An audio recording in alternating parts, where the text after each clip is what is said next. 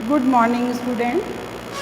Class 8 में अपनी SST subject में हम लोगों ने अपनी ज्योग्राफी की बुक्स के 3 चैप्टर ख़त्म कर लिए बच्चों। 3 चैप्टर हमने ओवर कर लिए हैं और आप सभी को पता है कि आपके 14 तारीख से आपके प्रथम टेस्ट भी हो रहे हैं और उन तीनों ही चैप्टर्स में से हमने प्रश्न उत्तर मल्टीपल चॉइस के बनाए हैं।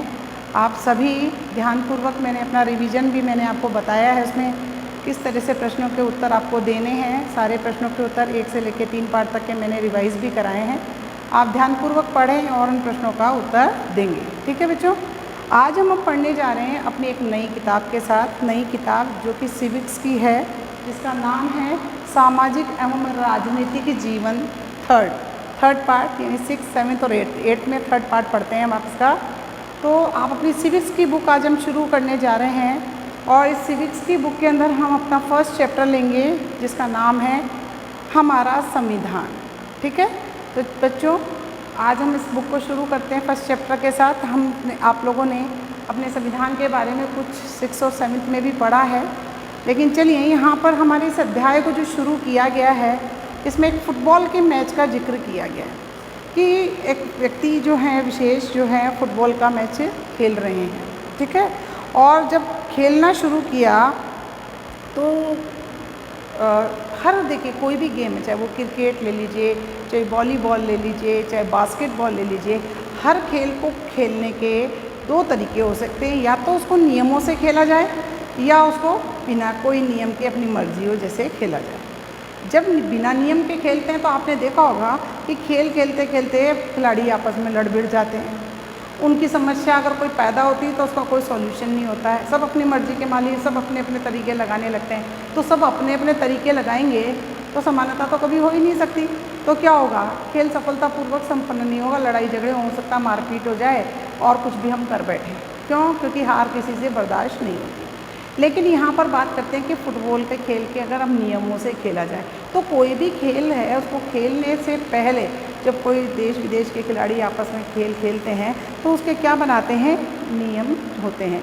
जैसे कि फ़ुटबॉल के मैच का बताया गया कि फ़ुटबॉल का मैच जो होता है उसके जो खिलाड़ी होते हैं उनको किसी को भी अपनी यहाँ जो स्लीव्स होती है आस्तीन जोड़ना होता है। इसके ऊपर मतलब हाथ या हाथ से ऊपर के पोर्शन से जिसे अपन हाथ लगाने का, बाहर के अंदर हाथ लगाने का अलाउ नहीं है। आप फुटबॉल है तो फुट से यानी पैर से खेलिए।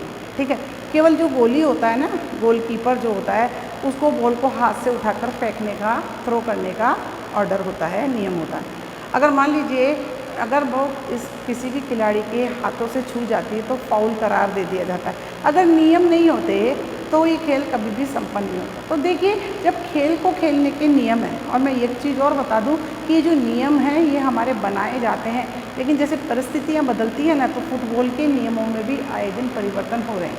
आप देख रहे होंगे भी यूरो कप चल रहा है, क्या ज़बरदस्त मैच है। इस कोरोना में भी टिकटें पर 50-50 लाख रुपए के ब्लैक हो रहे हैं और जनता देखिए, क्राउड इतना है जो कि कोरोना में सही नहीं है। पर पसंदीदा खेल है, लोग देखने जाते हैं, अपने अपने खिलाड़ियों को जिताने की कोशिश करते हैं, लेकिन वहाँ पर कोई भी खिलाड़ी बिना नियमों के नहीं खेल सकता। जो नियम बनाए गए हैं फेडरेशन फीफा द्वारा, उन नियमों की पालना करते हैं, लेकिन ये परिवर्तन होते हैं। लेकिन बिना नियमों के आप सोचें कि फुटबॉल खेलने तो फिर खेलने का कोई मतलब ही नहीं, मालूम पड़ेगा जनता ही लड़ मरेगी। तो हर जगह कहीं पर भी जहाँ हम रहते हैं, जहाँ भी कोई खेल खेले जाते हैं उसमें नियमों के अनुसार उसको खेलना पड़ता है। तो क्या होती है, स्थिरता बनी रहती है। एग्जैक्टली ऐसा ही हमारी जो सोसाइटी है, ये जो हमारा समाज है जिसमें हम रहते हैं, जहाँ पर एक नहीं विभिन्न तरह के जाति, लिंग, भेद, सोच वाले व्यक्ति रहते हैं, तो सबके विचार अलग अलग होते हैं। लेकिन जब हम सब एक साथ बैठकर कहीं रहते हैं सोसाइटी के अंदर, तो हमें भी इस सोसाइटी में जीने के लिए कुछ आदर्श नियमों के अनुसार चलना पड़ता है। हम अपनी स्वेच्छा से, आप देखिए ना कि एक लड़का और लड़की जो होता है, जब वो शादीशुदा जीवन में आता है तो वो एक हस्बैंड वाइफ की तरह जीता है। आज भी हमारे यहाँ एक लड़का और लड़की अगर बिना शादी के साथ रहता तो उसे अच्छी दृष्टि से देखा नहीं जाता, उसको अपराध माना जा सकता है। ऐसे ही किसी को मारने का, किसी को गाली देने का, किसी की हत्या कर देने का, कुछ ऐसे कानूनन बंदिशें होती हैं उसको करने का हमारे नियम बनाए गए हैं। अगर उसकी अवहेलना करते हैं तो हम दोषी करार दिए जाते हैं। तो कहते हैं किसी भी समाज में जब हम साथ साथ रहते हैं तो वहाँ पर भी नियमों को बनाया जाता है और ये नियम जो होते हैं वहाँ में सोसाइटी में रहने वाले उन समुदाय के लोगों की आम सहमति पर ही बनाए जाते हैं और उसी के अनुसार सब उसकी पालना करते हुए जीवन जीते हैं। तो जो ये नियम है ये कौन बनाता है, इसको कहाँ पर लिखा गया है, तो ऐसा ही एक लिखित दस्तावेज़ होता है बेटा, जिसके अंदर समुदाय के लोगों की आम सहमति से उसमें कुछ ऐसे नियम लिखे होते हैं जिसकी पालना उस सोसाइटी के, उस देश के लोगों को माननी पड़ती है। उसे ही हम क्या कहते हैं बेटा, संविधान कहते हैं। सॉरी, उसे ही हम क्या कहते हैं, संविधान कहते हैं, कॉन्स्टिट्यूशन कहते हैं। ठीक है। अब जो ये लेसन है इसमें इस संविधान के बारे में आप सभी जानते हैं, भारत एक लोकतंत्रात्मक देश है जहाँ पर उसका अपना संविधान बनाया गया है और उस संविधान के अंदर हमारे बहुत सारी चीज़ों का उल्लेख हुआ है जो हमें यहाँ पर अच्छी तरह जीने के नियमों से अवगत कराते हैं। ये कॉन्स्टिट्यूशन बनाया गया है। तो ये कॉन्स्टिट्यूशन क्या है? अब आपके मन में ये प्रश्न आता होगा कि क्यों तो ये कॉन्स्टिट्यूशन बनाया गया। तो इस पाठ में यही है कि हमें इस पाठ को बनाने का या पढ़ाने का उद्देश्य है कि ये समझ हम विद्यार्थियों में पैदा कर सकें कि कॉन्स्टिट्यूशन, संविधान की आवश्यकता पड़ी ही क्यों। सबसे पहले कि संविधान की आवश्यकता पड़ी क्यों, संविधान है क्या, संविधान की आवश्यकता पड़ी क्यों कि हमें संविधान बनाना पड़ा। संविधान बनाया गया तो उसे किसने तो लिखा और कैसे लिखा गया, कि वो कैसे का तो उसका निर्माण किया गया, क्यों इसकी आवश्यकता बनी, इसको लिखा किसने, और ये कॉन्स्टिट्यूशन है वो प्रत्येक देशवासी के लिए क्यों इतना महत्वपूर्ण है।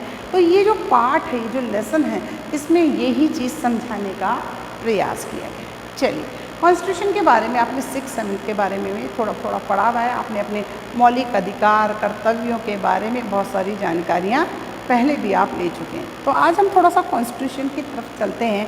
कॉन्स्टिट्यूशन के बारे में एक चीज़ बताना चाहूँगी, जैसे आपकी पुस्तक में भी बताया गया है कि 1934 में राष्ट्रीय कांग्रेस ने सबसे पहले 1934 में राष्ट्रीय कांग्रेस संविधान सभा को गठन करने की मांग सबसे पहली बार उसने उठाई।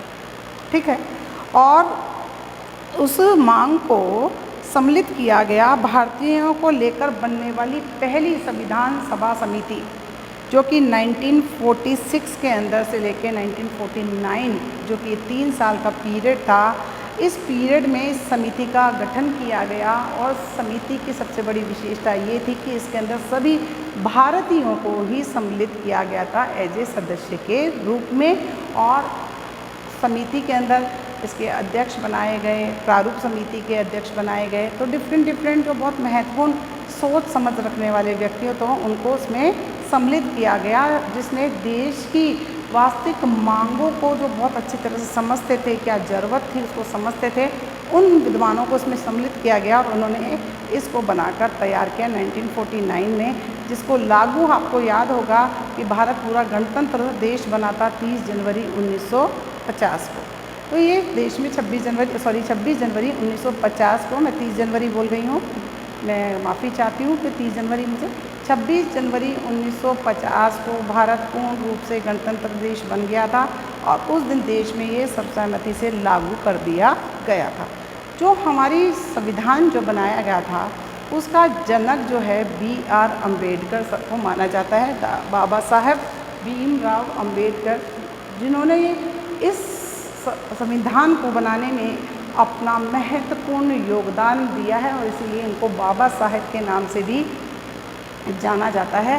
तो ये थोड़ा सा एक हिस्ट्री मैंने आपको संविधान की बनाई है कि संविधान जो बनके 2 वर्ष 12 मास 18 दिन जैसे कि आपको बताया गया है, तो ये जनक माने जाते हैं B.R. अम्बेडकर। आपका 1946 से 49 के बीच हमारी संविधान समिति का गठन किया गया था, जिसमें भारतीयों को उसका सदस्य बनाया था। आपके पेज नंबर 2 पर एक चित्र भी दिखाया गया है, जिसमें उस समिति के जितने भी सदस्य थे उनकी फ़ोटो भी डाली गई है, ताकि आप समझ सकें कि कितने सदस्यों ने मिलकर अपने अथक प्रयासों से हमारे संविधान का निर्माण किया है। अब आ जाते हैं हमारे लेसन के ऊपर कि आपने देखा है कि दुनिया भर के जो लोग देश हैं उन सभी ने अपना संविधान बनाया भी है, नहीं भी बनाया है। ठीक है। तो दुनिया के हर देश के पास मान लीजिए अपना संविधान है और ऐसा माना जाता है जिनके पास संविधान होता है तो वो पूरी तरह से लोकतांत्रिक देश है, ऐसा नहीं। ऐसा कहा जा रहा है कि मैं पढ़ देती हूँ, आज दुनिया के अधिकतर देशों के पास में क्या है, अपना संविधान है और सभी लोकतांत्रिक देशों से ये उम्मीद की जा सकती है कि उनके पास पहले से अपना संविधान होगा या नहीं तो बना लिया। लेकिन इसका मतलब कभी भी नहीं है कि जिन देशों के पास संविधान होता है वो देश लोकतांत्रिक हो ही हो। भारत लोकतांत्रिक देश है, यहाँ पर जो नियम हैं उसमें जो हमारे देश की शासन व्यवस्था को चलाते हैं उसमें प्रत्येक नागरिक का कुछ न कुछ कंट्रीब्यूशन होता है। वे अपने मतों के द्वारा अपने लिए सरकार चुनते हैं और उनसे चलवाते हैं, ठीक है।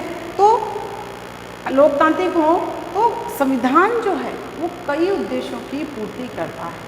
तो संविधान किन किन उद्देश्यों की पूर्ति करता है, देखिए हर संविधान के अपने अपने उद्देश्य होते हैं। तो एक लोकतांत्रिक देश के अंदर संविधान के क्या क्या उद्देश्य होते हैं इनको ही हम डिस्कस करेंगे हमारे अगले लेक्चर में। तो आज हमने थोड़ा बेसिक पढ़ा है इस चैप्टर का, इसमें बहुत सारे चलचित्रों के माध्यम से आपको चित्रपटों के माध्यम से आपको समझाने की कोशिश की गई है कि किस तरीके से हम इसको बेहतरीन तरीके से कहते हैं ना कि चित्रों के माध्यम से ज्ञान ज़्यादा अच्छा लिया जाता है। तो चित्रों का माध्यम इसमें बनाया गया है जिसको हम बार बार डिस्कस करते रहेंगे। तो यहाँ पर एक चित्र यहाँ पर और दे रखा है कि प्रधानमंत्री जवाहरलाल नेहरू जो कि भारत के प्रथम प्रधानमंत्री थे, उन्होंने संविधान सभा को संबोधित करते हुए का भी यहाँ एक दृश्य दिया है कि किस तरीके से वो संविधान सभा को संबोधित कर रहे हैं। तो इन चित्रों को भी ध्यान से देखें। हमारी एक पार्लियामेंट का दृश्य भी दिया गया है, वो भी आप देखें कि कैसी है संसद हमारी। तो आज के लिए इतना ही, धन्यवाद।